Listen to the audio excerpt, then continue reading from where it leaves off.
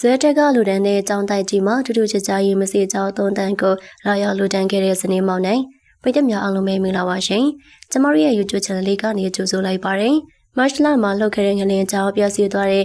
မဆိုရင်ပြမအလေကြောင်းတိုက်ကြီးကိုဇွဲသက်ရွှေဆိုင်ကရွှေမှုမပြတ်အတေးဆောက်လုပ်ပြီးတော့တိမ်ပေါင်9000ကျော်ကိုလူတန်းပြီးသွားပါပြီ။ဇွဲထက်ကစာပိုင်းမှာတော့တိမ်ပေါင်2000ခွဲအကုန်ကြခန့်က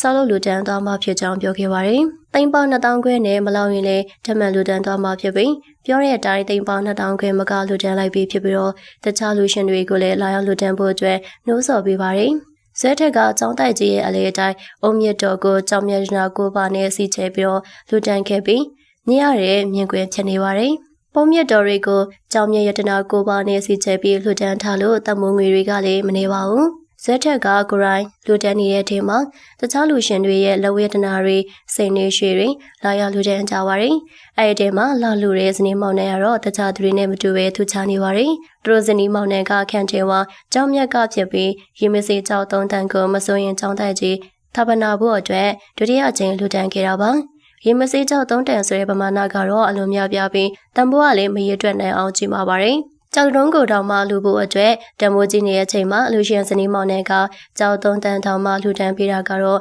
တကယ်ကိုမုံမြတ်တဲ့စေတနာဖြစ်ပါတယ်။လူတန်းပေးတဲ့အလူရှင်ကလည်းအသက်လက်ပိုင်းလောက်သားရှိသေးပေမဲ့သူတို့ရဲ့အလူကတော့ဓာတ်ခေါ်လောက်စရာပါ။ကြောက်တွေထဲမှာနေလေတန်ဖိုးရေတွက်လို့မရနိုင်ပေမဲ့တရားပေါက်လို့တတိယကျင်းတောင်မှလာလူခဲ့ပါတယ်။ခန့်ထေဝါမိသားစုလိုတခြားသောမိသားစုတွေကလည်းထဲဝင်ကြပြီးတော့ဇွဲထက်နဲ့တူလှူကြပါတယ်။ဖျားစီတီတွေမှာယတနာပစ္စည်းတွေထပ်ပနာကတော့နောက်တစ်ချိန်မှာပျက်စီးယိုယွန်းပါကလူတန်းထားတဲ့ကြောင်မြတ်ယတနာတွေကနေထုခွဲရောင်းချပြီးပြန်လည်တည်ဆောက်ဖို့ဖြစ်ပါတယ်။ရွေရချက်နဲ့လာရောက်လူတန်းသူတွေထဲမှာချမ်းသာကြွယ်ဝသူတွေလည်းပါဝင်တယ်လို့လက်လလို့စားတွေလည်းပါဝင်ပါတယ်။ဝေကျိအစင်မပြေပေမဲ့တရားတရားတော့မစင်ရဲပဲဇွဲထက်ရဲ့အလှူမှာတူတူပါဝင်ကြပါတယ်။မလေးမှာငလင်းထန်းကြားနေပြိုကျနေတဲ့အချိန်မှာတော့မလေးကလူချမ်းတန်းချင်တဲ့သူတွေကတော့နေပါမသွားခဲ့ပါဘူး။ဇွဲတက်နဲ့အတူလူချင်းတော့35လမ်း89လမ်းကြားမဆိုရင်ကြောင်းတိုင်းမှာလူရဲလို့သိရပါတယ်။ဇွဲတက်ရွှေဆိုင်ကလည်းထမစာတွေကိုတင်ကြားပေးနေတဲ့မဆိုရင်ရဲ့လဲတိုက်ကိုပြုပြင်ဖို့အတွက်ငွေတွေကိုအထော်လိုက်သေးလာပြီးတော့